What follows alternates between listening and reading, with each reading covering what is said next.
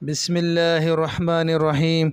الحمد لله رب العالمين الرحمن الرحيم مالك يوم الدين إياك نعبد وإياك نستعين.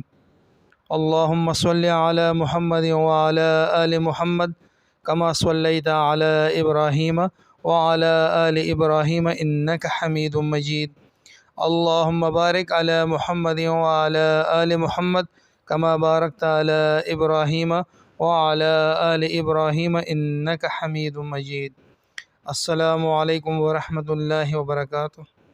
امید کرتا ہوں کہ تمام احباب خیریت سے ہوں گے۔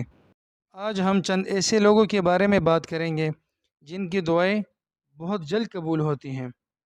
اس کے علاوہ بھی اور لوگ ہو سکتے ہیں، مگر چند احادیث کی روشنی میں ایسے لوگ جن کی دعائیں جلد قبول ہوتی ہیں، آج ہم ان کے بارے میں بات کریں گے۔ نمبر 1، مظلوم کی دعا۔ نمبر 2، مسافر کی دعا۔ نمبر 3، ماں باپ کی دعا اولاد کے لیے۔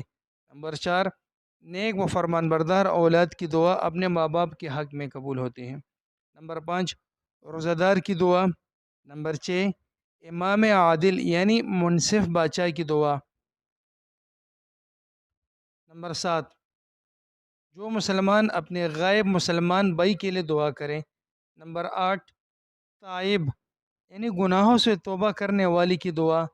نمبر 9، حاجی جب تک اپنے گھر واپس نہ جائے۔ نمبر 10، حلال رزق کمانے والی کی دعا۔ نمبر 11، مجاہد کی دعا۔ نمبر 12، ذکر کرنے والی کی دعا۔ نمبر 13، پریشان حال کی دعا۔ نمبر 14، مریض کی دعا۔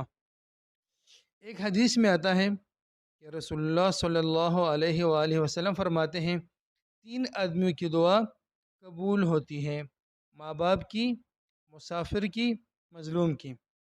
ایک دوسری روایت ہے، آدمی کا جب درجہ بلند ہوتا ہے وہ کہتا ہے کہ اتنا بڑا مرتبہ مجھے کہاں سے ملا، یعنی انتقال کے بعد اللہ تعالیٰ فرماتے ہیں کہ تیری اولاد کی دعا کی وجہ سے۔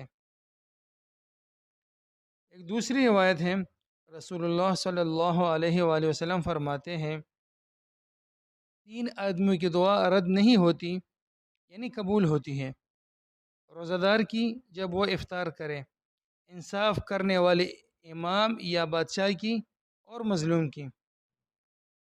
ایک اور روایت ہے، رسول اللہ صلی اللہ علیہ وآلہ وسلم فرماتے ہیں مسلمان آدمی اپنے مسلمان بھائی کے لیے جو دعا کرے وہ قبول ہوتی ہے۔